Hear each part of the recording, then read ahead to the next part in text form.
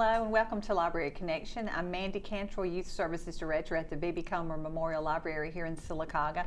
I first want to thank TV 47 and Robert especially for all they do to help us put on this program to let the community know about events or activities happening in our area. This is not an activity. I guess it's just something that we all think about during this time of the year when it's starting to get cooler.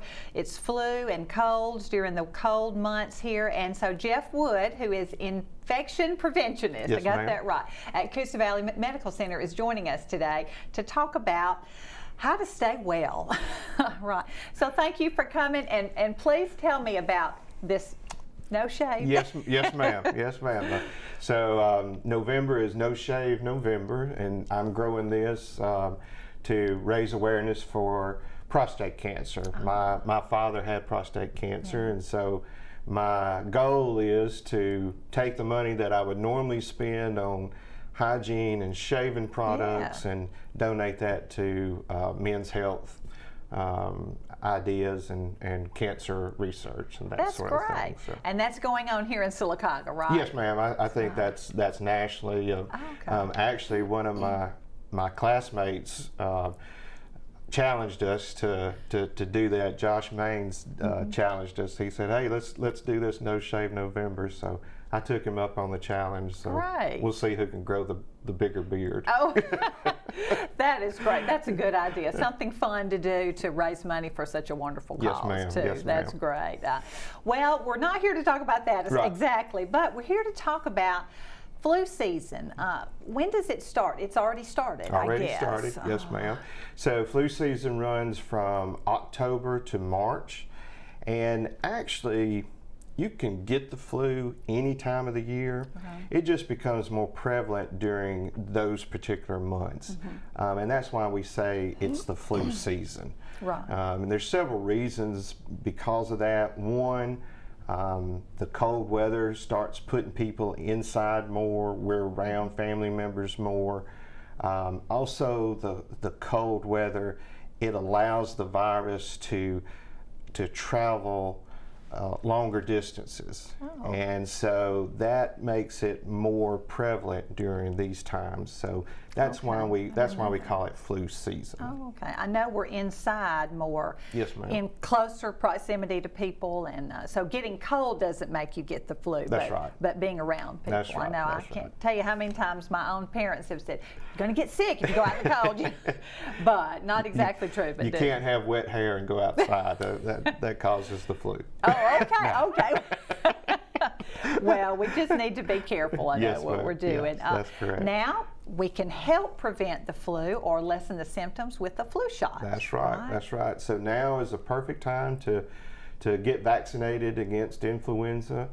There's several places you can get that immunization. The health department's one of those. Okay. I know several of the pharmacies around town offer it. Your physician's office offers it. So there's several places to do that. I know the schools had a program where all the children had an opportunity to get immunized as well. So great program on their part of getting people immunized, because that's one of the best ways to prevent the flu. When you get immunized, you're building up those immunities. It's a dead virus. It's not a live virus that we use, so you cannot get the flu from the flu shot. Some of the problems with the flu shot is your arm may be a little sore afterwards, and usually that can be remedied by taking some Tylenol, that sort of thing. So we want to make sure that everyone gets the influenza vaccination. Okay.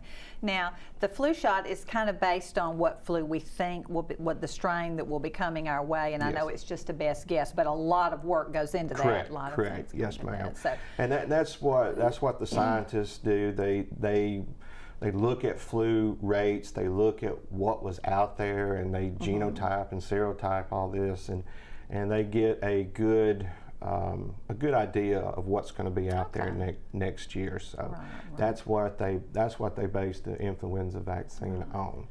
And it helps keep you from getting the flu, or if you do get it, lessens the symptoms, or they're not quite so bad, or the duration of the flu. That's right.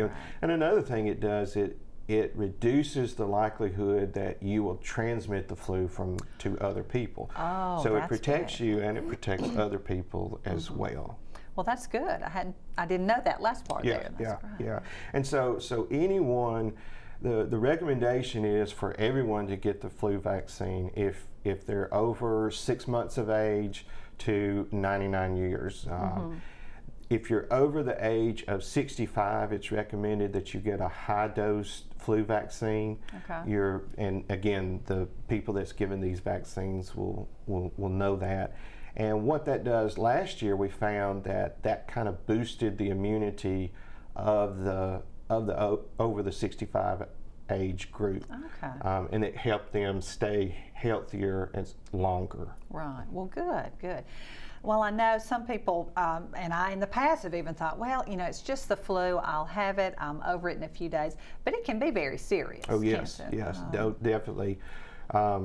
Unfortunately, we had 3 influenza deaths last year, Right. and most of the deaths came from people that had underlying chronic conditions like COPD or lung problems, or they were immunocompromised in some way, meaning perhaps they've had chemotherapy that has reduced their immunity.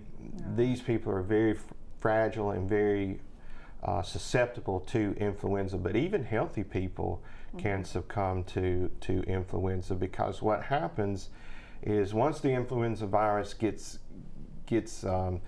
in your body, it may cause the lungs to start leaking.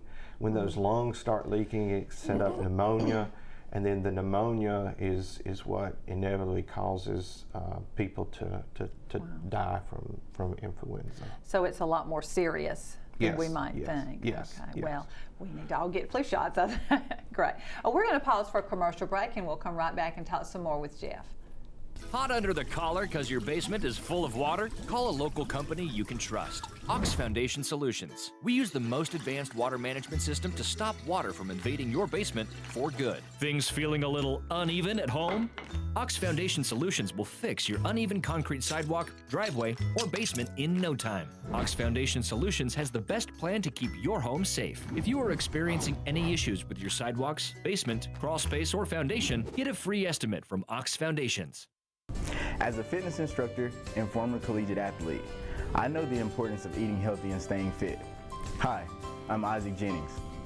Did you know that free after-school meals are available throughout Talladega County for children of the ages of 18 years and under?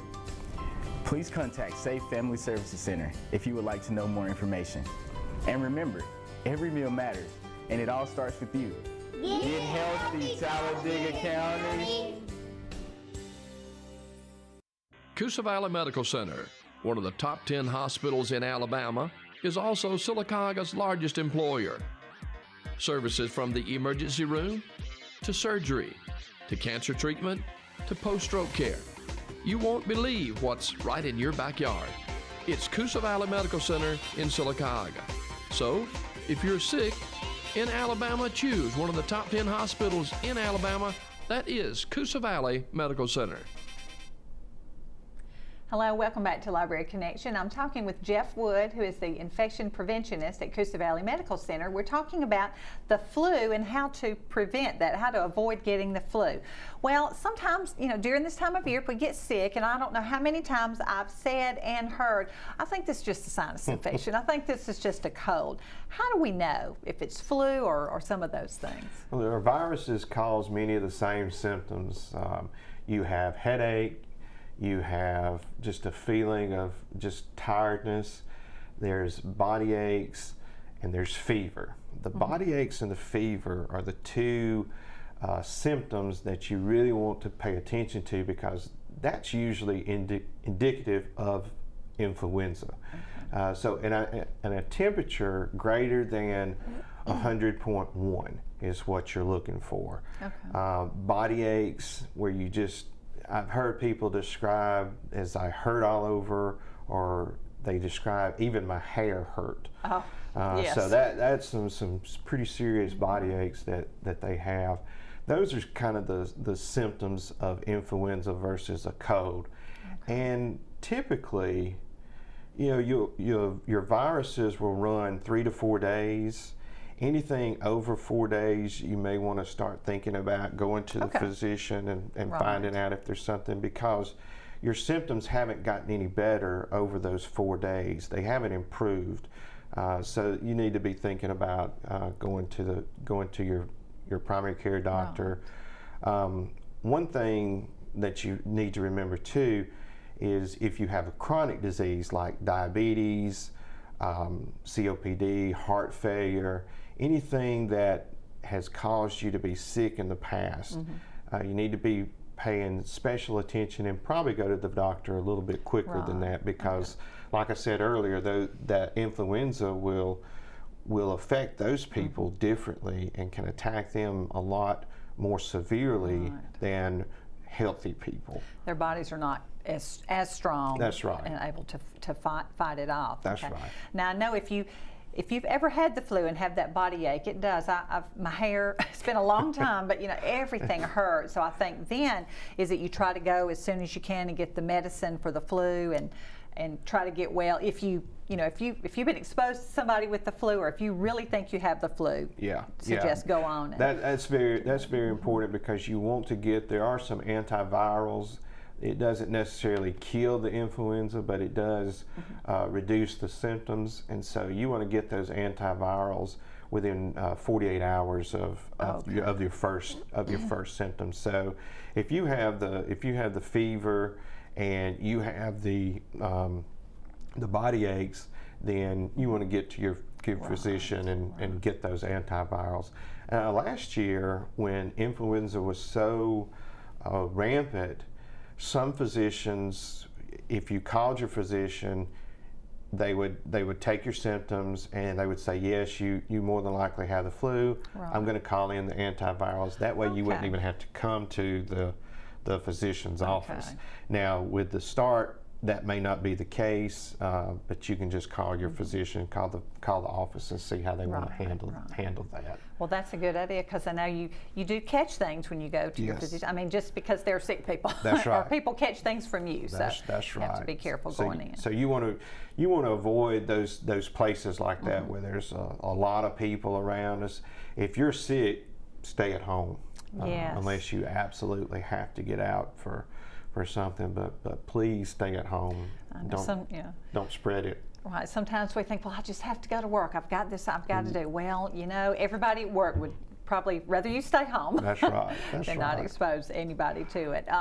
What if we're doing something like traveling? I know we talked just a little bit about this, flying, not necessarily if you have the flu or other people are sick, but I know someone I knew was flying, and she said, I'm wearing a mask. She said, I know it looks funny, but I don't want to catch anything. But the air is just the air in the plane recirculating. Right. Yes, so any tips for traveling or flying? So most aircraft, they have a HEPA filter, which filters out viruses and bacteria that's in the air, which is great. But the problem is your seatmate. Right. So your seatmate next to you, that air is not filtered. And the recommendation, if you get within 3 feet of someone, whatever bacteria or virus they have in their nose and mouth as they're speaking, you can inhale that. So wearing a mask is a good idea, and especially if you're immunocompromised, if you're taking chemotherapy or you have diabetes, those type of people would really probably benefit from wearing a mask. Another way is to make sure that when you're flying, you're not touching your hands to your eyes or to your nose or to your mouth. You want to keep your hands away from those areas, and you want to wash your hands very, very often. The alcohol foam, the alcohol gel is effective, and good old soap and water is equally as effective too. So washing your hands very often is very important, and you want to make sure when you wash your hands, you want to get between the fingers, in the knuckles, and around the cuticles as well, because I see a lot of people I kind of make this observation when I go into the restrooms. I see people washing their hands, and they do this. Okay. We also need to get in between in these between, fingers, and we need to get these the fingernails as well Right. inside the cuticles and things like that. And most people, if you look at hand hygiene Right, studies, these people know that they're being watched, and they evaluate how well they wash their hands. Well, most people miss this particular part of their hand. Huh. And around the cuticles Okay. are very hard to keep clean. Oh, okay. And so that's another reason why during this time of year, and as a general rule, keep your hands away from your mouth. And I have a bad habit of doing this right here, and so I'm trying to break myself of that. Those habits. I think we don't realize touching handrails. I pick up a pen somewhere. My phone, anybody's Yes, phone, the yeah. things that we touch, Yeah. and then without thinking, I do that. Yes. So, Yeah. So Have a itch, and you got to scratch it. Yeah.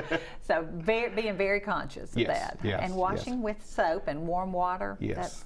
That's really what I've heard is probably the number one thing we yes. can do. Yes. And how simple. Yeah, very simple. If we Very just do it simple right. procedure to wash your hands. 15 to 20 seconds is how long you should wash your hands for. The time it takes to sing happy birthday. There you go. There you go. Exactly. Having work with children, that's what we did. Sing happy Exactly. birthday and wash your hands really good. Yep, So many times exactly. they get a little soap, rinse it off, and I'm going, oh no, Nope. suds your hands up or whatever, Yeah, No, that's well, right. good. That's right. And what the soap does, it doesn't necessarily kill what's on your hands, but what it does, that the soap interacts with the microorganisms, and it causes them to come off of your hands. Oh, okay. So it doesn't necessarily kill the bacteria. That's why things like antibacterial soap that kills 99.9% of germs.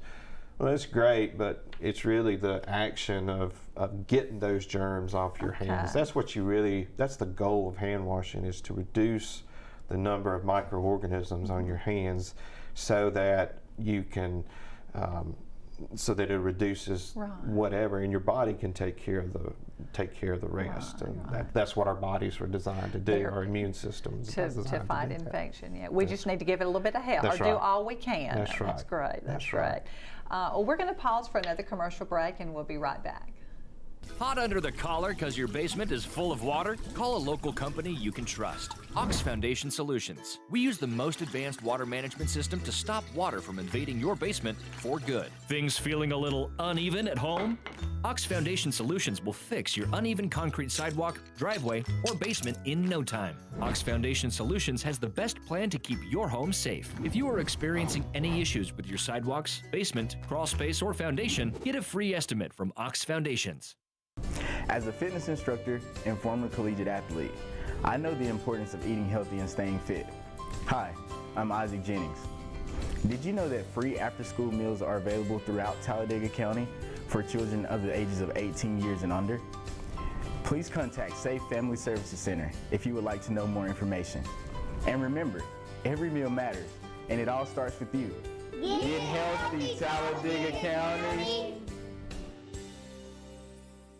Coosa Valley Medical Center, one of the top 10 hospitals in Alabama, is also Silicaga's largest employer. Services from the emergency room to surgery to cancer treatment to post-stroke care. You won't believe what's right in your backyard. It's Coosa Valley Medical Center in Silicaga. So, if you're sick in Alabama, choose one of the top 10 hospitals in Alabama. That is Coosa Valley Medical Center. Welcome back to Library Connection. I'm talking with Jeff Wood from Coosa Valley Medical Center, and we're talking about the flu and how to avoid it, or other kind of infections, germs, whatever you want to call it. We talked about hand washing being very important. What are some other ways to keep from getting it and to keep from spreading it? That's right. That's right. And that's what we want to do. So one of the ways to prevent the spread of any kind of disease really is if you're coughing or sneezing. You want to make sure that you're coughing or sneezing into a tissue. Take that tissue after you cough and sneeze, throw it away, wash those hands. If you don't have a tissue, you can use the crook of your arm. We used to cover our sneeze like this. Oh, don't do that. But now we know that these Right. hands can cause infections. So into the arm of into the crook of your elbow, there you go. That covers that. If you feel sick, like we said, stay at home. Don't go out into public. If you have to go out, then possibly wear a mask. You can wear a mask to not only prevent you from getting sick, but also to helping other people not get Right. sick. When you feel sick, you want to avoid large gatherings, and that's probably some of the best ways to prevent the spread of disease. If we just will do it. Yes, ma'am. That's the hard. Sometimes we think, I know as adults we think, well, I've got to be there. I've got to go. No, not really. Yeah, yeah. Anyway, so that's great advice, and we need to take all that to heart there. What other conditions do we see during the winter? I know we talked about flu, but That's there's right. lots of other things That's going right. around. Well, we have a couple of things that come out. We have what's called RSV that affects infants mainly and young children. That's respiratory syncytial virus, RSV, and it's another virus. So a lot of that we've been talking about today has been viruses. Which is very different from bacteria. Viruses are hard to treat. Antibiotics do not treat viruses. So there's really no use to take an antibiotic if you have a viral infection. The main thing is just supportive care, fluids, rest, those sorts of things. So RSV is out there. We see a lot of that in infants. We can see a lot of that in a particular group setting. Let's say that one infant has RSV, then it can pretty easily spread throughout a daycare, throughout a home setting. Right. We see RSV, we see COPD, which is chronic obstructive pulmonary disease, and COPD is really a group of diseases. It's like bronchitis, asthma, those sorts of things, and they're just all kind of grouped together. And what you see is more people have symptoms with their COPD during the winter time. And again, it's related to the closeness of people, and it's related to the cold air that allows the germs to go further than what they normally would. So Now you have COPD. I mean, if someone has COPD, they always have it. It's not something that would come that's and right. go. Yes, that's You just correct. have to be very careful. That's correct. Yes, what you're doing. That's very correct. Right. And then the COPD is a lot of times it's related to the effects of smoking and secondhand smoke, but it also can be related to industrial issues. Right. If you've been exposed to different chemicals throughout. So there's lots of different reasons for COPD. Hopefully we've learned a lot and know how Yes, to ma'am. avoid some of that in the workplace. What about strep? I know we battled that at my family when girls were little. It was strep. Strep is a very aggravating disease. It's caused by the bacteria Streptococcus, and generally it infects the throat. So you have sore throat, and that's one of the things that the physician will want to know. And a lot of times they'll swab for strep because they want to know whether or not to treat it with an antibiotic or treat it with fluids and rest and those sorts of things. So you got to be careful with the strep. So, and it's again, it's in the throat, it's in the mouth. So it's very easily spread from person to person just by simply talking, sharing drinks with people. That's a very common source. I know a lot of teenagers, like to swap or take a drink. Oh yeah, let me try that. Yeah, let me try that. So. Right. Antibiotics, they're good, but we don't want to overdo them. That's right. That's right. So we're heading to a season where antibiotics are not as effective as what they once were. And the reason being is the overuse of antibiotics. And so now when you go to the physician, they want to make sure that that is a bacterial infection and not a viral infection. If it's a bacterial infection, then you're going to be prescribed an antibiotic. When you are prescribed that antibiotic, you want to be sure that you take it as prescribed and take every bit of it. Don't stop midway through the therapy and decide, you feel better. I'm feeling better, Right. let's stop right here. No, continue to take all of those antibiotics.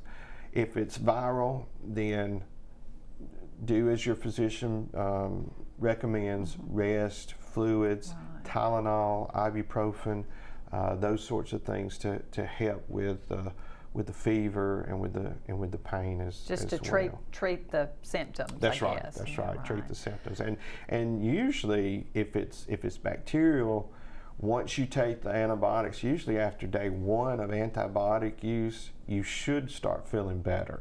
But like I said, continue to take those antibiotics, even though you feel better. And you think, oh, well, that knocked that out, so let's go ahead and, Full 10 days. finish that off. That's right. That's right. I know so many times we're sick and we think, well, I just want you to give me a pill or some medicine and I'll be better, but that's not always the case. That's and right. like you said, but our bodies are built Yes. to fight infection, Yeah. but we have to help them. That's right. What That's right. fluids and rest and staying away. home and staying well. You know, one thing, you're talking about our bodies, and that's why viruses are so prevalent, because what the virus does is it kind of hijacks our own cells, and it gets in our cells and it takes over the DNA of that cell and it starts using it to replicate and to grow. And that's why that you also see a lot of viruses affecting this, because there are no skin cells in our mouth to protect us from the virus. So a virus gets on our skin, the skin is shed off so frequently, but in the mouth, the mucus cells, they take over, and so there's nothing there to stop it from replicating. So that's why we can't, it's very hard to treat viruses like that. We have some antivirals for influenza, like we said, but for the most part, you know, nothing like an antibiotic that treats the bacterial infections. Well, I tell you, I hope we stay well. Hope we all stay well during this cold time, or during the whole time. You said you can get the flu anytime, That's right. just That's more right. prevalent right Anytime. now. Yes, ma'am. Well, wow. Well, we have just a few seconds left, but thank you so much for You're coming. welcome. I appreciate what y'all do at Coosa Valley Medical Center. We're getting ready to have community links at the hospital today. That's so right. That's learn right. some more about imaging. Radiology, yep. Yeah, I think it is. Jeremy Herring and Robin Angelo is going to be speaking today. Yes, great. Well, thank you again, Yes, and ma'am. I hope we'll all listen to the things that Jeff said and do what he said about getting rest and washing our hands especially. So, well, thank you for joining me, and thank you for joining us on Library Connection, and hope to see you at the library.